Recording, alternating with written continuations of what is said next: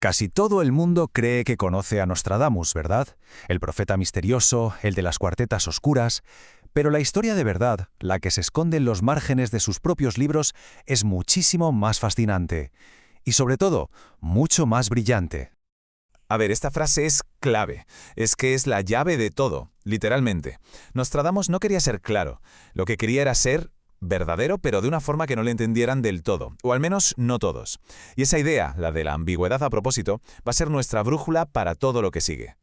Y para empezar a tirar de ese hilo, nos vamos a meter en una de esas bibliotecas antiguas, de las que huelen a papel y a silencio, porque es justo ahí, en uno de esos pasillos silenciosos, donde un investigador está a punto de tropezar con algo que lo va a cambiar absolutamente todo. Imaginemos la escena. El investigador tiene entre manos un volumen del siglo XVI, una Miscellanea Astrologicae, un libro que a primera vista parece, pues eso, un compendio de astrología más, pero no. Al pasar las páginas, entre diagramos de constelaciones y notas en latín, de repente, ¡zas!, aparece una caligrafía que reconoce al instante. Es la de Michel de Nostredame. Pero ojo, lo más importante no es lo que escribió, sino dónde lo escribió, o mejor dicho, lo que anotó al lado. Y aquí es donde la cosa se pone de verdad interesante. En los márgenes, no es el texto principal, es lo que hay al lado, unos símbolos pequeñísimos. Y lo increíble es que se repiten con una precisión matemática. Cada 7 líneas, ¡pam!, lo mismo, un triángulo, una R y el símbolo de Saturno. Esto, vamos, no son garabatos, es un patrón. Es la primera pista de un código. Claro, esto nos lleva a la pregunta del millón, ¿no? A ver, ¿por qué un profeta que ya era súper famoso necesitaría un código tan enrevesado? ¿Para qué esconder su trabajo? Pues la respuesta, y esto es lo fascinante, no está en el futuro que él supuestamente veía, sino en el presente tan peligroso que le tocó vivir. Para entenderlo, tenemos que olvidarnos un poco del mito. Hay que quitarle la capa de hechicero. Nostradamus no era un vidente flotando en una nube mística. Era un hombre de carne y hueso, un científico, un médico que se partió el lomo luchando contra la peste. Una enfermedad que, por cierto, le arrebató a su primera familia. Era, sobre todo, un intelectual súper pragmático que sabía perfectamente en qué terreno tan peligroso se movía. Y es que su mundo era letal para cualquiera que pensara diferente. Estamos en el siglo XVI, la época de la Inquisición. Los censores de la Iglesia estaban por todas partes, mirando con lupa cada palabra que se imprimía. En un ambiente así, ser demasiado claro no era una virtud, era un suicidio. Nombrar a un rey, poner una fecha concreta, eso te podía llevar derechito a la hoguera. Así que su famosa ambigüedad no era un capricho literario, no, era pura y dura supervivencia. Por eso su código no es un candado para esconder un secreto, es algo mucho más inteligente. Es un pararrayos. ¿Se entiende la idea? Su función no era ocultar, sino desviar el golpe mortal del censor. Era una forma de atraer la atención hacia lo inofensivo para que el mensaje real, el importante, pudiera pasar sin ser achicharrado por la tormenta de la censura. Bueno, pues vamos a meternos en faena. Vamos a desmontar este pararrayos para ver cómo funciona por dentro. Y que nadie se piense que esto era algo improvisado, ¿eh? Era toda una tecnología del lenguaje construida sobre 3 claves, 3 pilares fundamentales que, cuando se entienden, lo cambian todo. La primera clave ya la hemos visto. Son esos símbolos en los márgenes. El triángulo, que seguramente significa fuego, o un evento súbito, algo que estalla. La R, que podría ser rex, rey en latín, o regula, regla. Y Saturno, que en astrología es el planeta de los límites, del final de algo y el principio de otra cosa. Funciona como una especie de bisagra en el texto, un aviso de que algo importante va a cambiar. La segunda clave es musical. Es un ritmo. 7, 5, 3. Y esto es genial. Este compás no solo marcaba la estructura de las cuartetas, sino que Nostradamus se lo enseñó a sus iniciados de una forma increíble.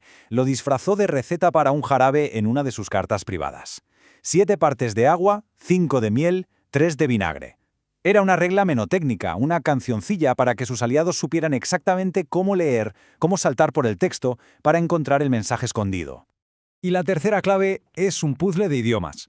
Usaba 4 y cada uno tenía una función muy concreta. El francés para describir lo que todo el mundo ve, la escena. El latín para dar el diagnóstico, como el médico que era. El griego para darle un toque de prestigio que dejaba a muchos censores fuera de juego. Y luego su occitano natal, su lengua materna, para soltar pistas locales, guiños que solo alguien de su zona podría pillar. Entonces, si juntamos estas 3 claves, los símbolos, el ritmo y los idiomas, no tenemos un lío de cosas. Lo que tenemos es un sistema, un conjunto de reglas superdisciplinadas, vamos, un auténtico manual de operaciones para escribir sobre el filo de la navaja sin cortarse. Regla número 1, y quizás la más importante de todas. Nunca, jamás nombrar a los poderosos por su nombre. Prohibido. En lugar de nombrar a un rey, usaba el león de su escudo, o el río que pasaba por su ciudad, o la constelación que gobernaba su linaje. La metáfora no era poesía, era un archivo cifrado. Regla número 2. Ocultar el calendario. Poner una fecha concreta era como encender una cerilla en un pajar. Una locura. Así que las escondía. En vez de decir el 10 de junio, escribía algo como en los días de los gemelos, por el signo de Géminis. En lugar de un año, pues una alineación de planetas. El tiempo dejaba de ser una línea recta y se convertía en un ciclo, mucho más difícil de usar como prueba en tu contra. Y esta regla, la número 8, es sencillamente brillante. Usar los juegos de palabras, casi como chistes, para despistar. Por ejemplo, jugaba con la sonoridad de palabras en francés como roi, loi y foi, que significan rey, ley y fe. Sonaban parecido. El censor leía una cosa, pero el lector, que tenía la clave, escuchaba las tres a la vez y entendía que el mensaje iba sobre el poder, la legalidad y la religión, todo en uno. Vale, ya hemos visto las piezas. Ahora vamos a ver cómo encajan. Vamos a hacer un ejercicio práctico. Cogeremos una frase, que dicha así, sin más, habría significado una condena a muerte, y la vamos a pasar por el taller de blindaje de Nostradamus. Este sería el texto en bruto. La verdad peligrosa. El rey será herido en un torneo el 10 de junio. Así, tal cual. Clarísimo, ¿verdad? Y por eso mismo una prueba irrefutable para cualquier tribunal de la Inquisición. Es casi una confesión. Ahora empieza la magia. Veamos el proceso paso a paso. Primero, regla 1. Sustituir nombres. El rey se convierte en el león. Segundo, regla 2. Velar la fecha. El 10 de junio se convierte en algo como en los días de los gemelos. Y por último, se le añade todo lo demás. La capa de latín, el juego de palabras en la rima, los símbolos en los márgenes para guiar al lector. Se va construyendo el blindaje.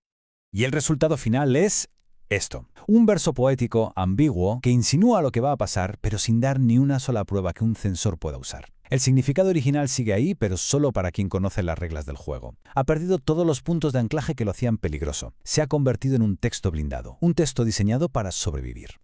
Entonces, llegamos al meollo de la cuestión. Y es que, a lo mejor, hemos estado mirando Nostradamus con las gafas equivocadas todo este tiempo. Quizás su verdadero genio no estaba en ver el futuro, sino en inventar un sistema, una tecnología, para asegurarse de que sus palabras tuvieran un futuro.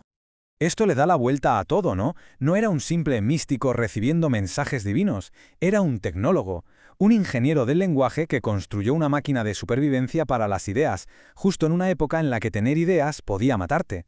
Su verdadera genialidad, por lo tanto, está ahí, en crear un método científico para hacer que las palabras fueran resistentes, casi indestructibles, en entender que la forma, el cómo dices algo, es tan importante como el contenido, el qué dices.